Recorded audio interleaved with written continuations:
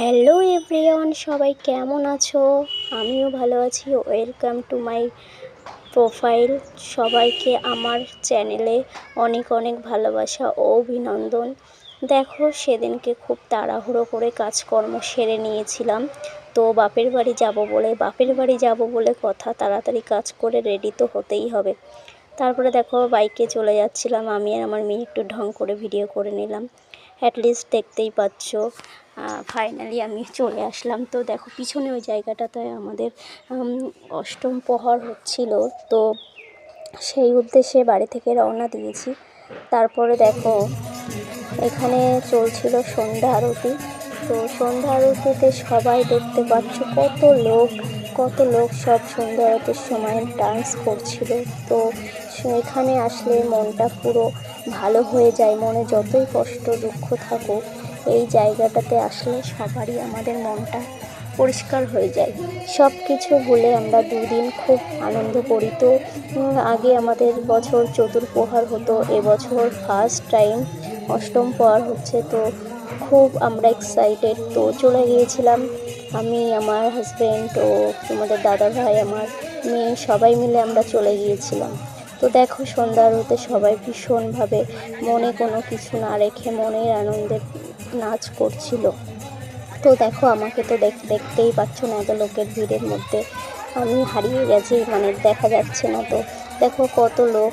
এরপরে এই যে তোমাদেরকে জল ছিটাচ্ছিল, গঙ্গার জল, এই জন্য সবাই মাথা নিচু করে নেওয়ার চেষ্টা করছিল, কারণ ওটা তো আবার পায়ে ফেলতে নেই, এই জন্য সব পাটা মাথা নিচু করে সবাইকে দেওয়া হচ্ছিল। তারপরে দেখো, এখানে আমরা চলে গেছিলাম ধুলোটে গিয়ে খুব মজা হলো, খুব রং খেললাম।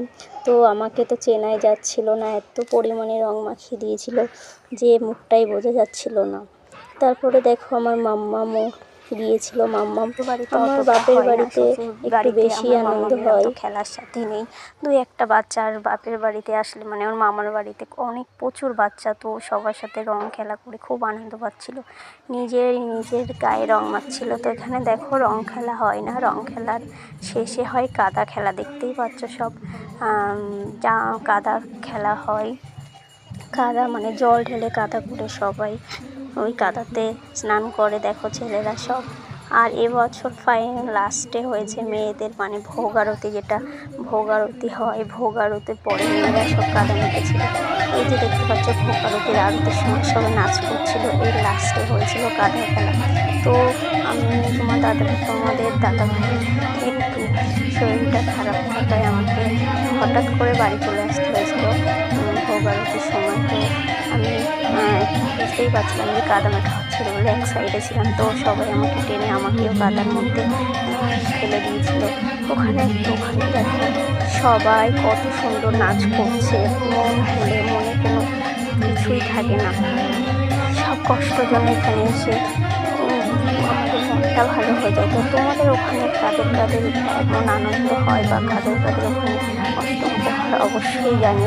তো ভিডিওটা কেমন লাগলো অবশ্যই ভালোবাসা দিও। টাটা।